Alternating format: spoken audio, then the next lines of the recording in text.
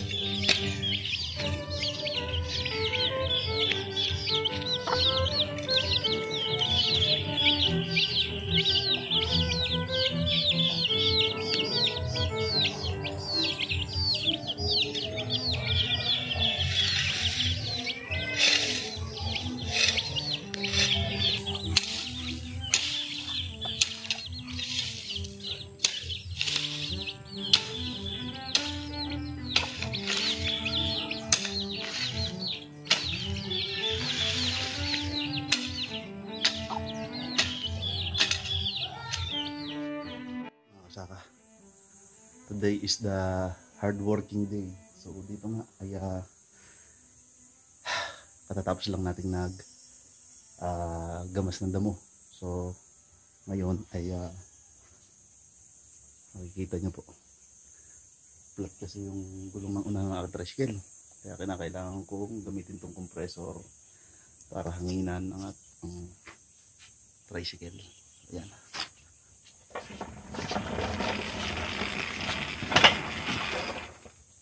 Look, may sleeper, sobrang daming putik. Kita nyo naman kung gaano karumi. So pakita ko muna sa inyo. Flat yung gulong ko, ayan, tapos yung pito naka-disalign na, so pasisingawin ko yan at malaking hanginan. Ayun, tingnan nyo nga oh. Tapos parang nabubutas na yan. Yun, oh. Ito lang. Para hindi tuluyang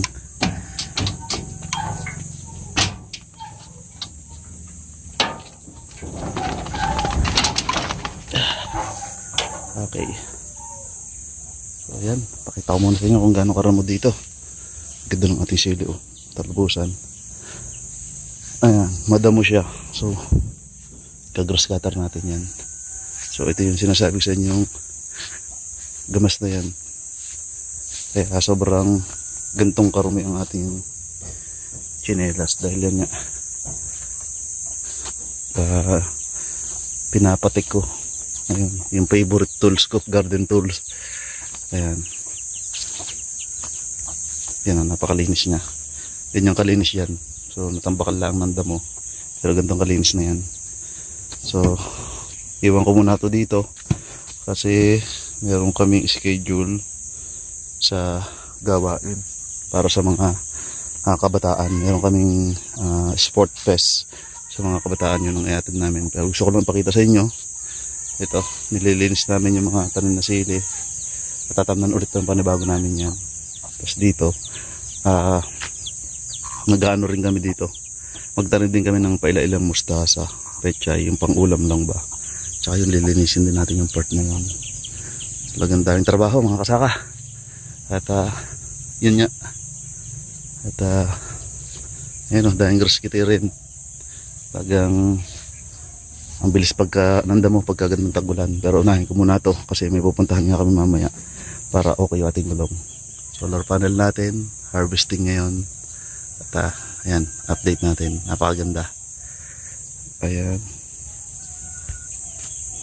kunin ko muna ito, laladlad natin.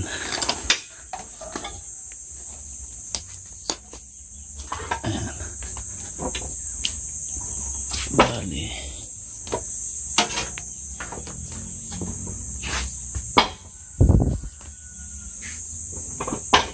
ayan.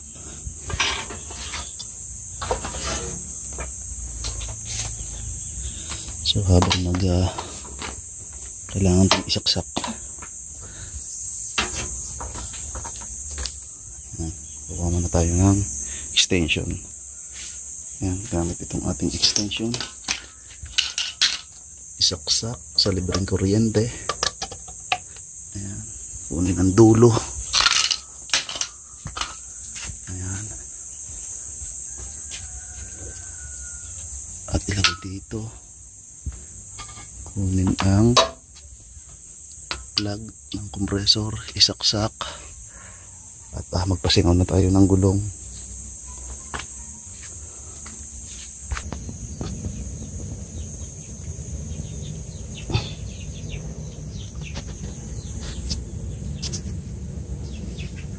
Pasingawin natin para maiayos natin yung pito.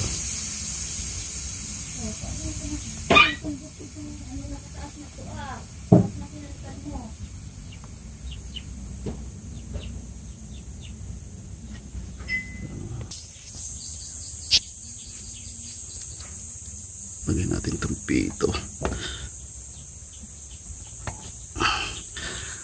Tapos buksan natin si compressor.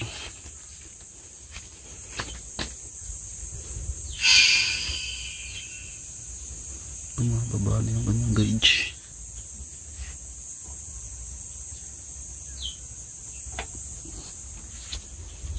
Pakay muna natin, bakas.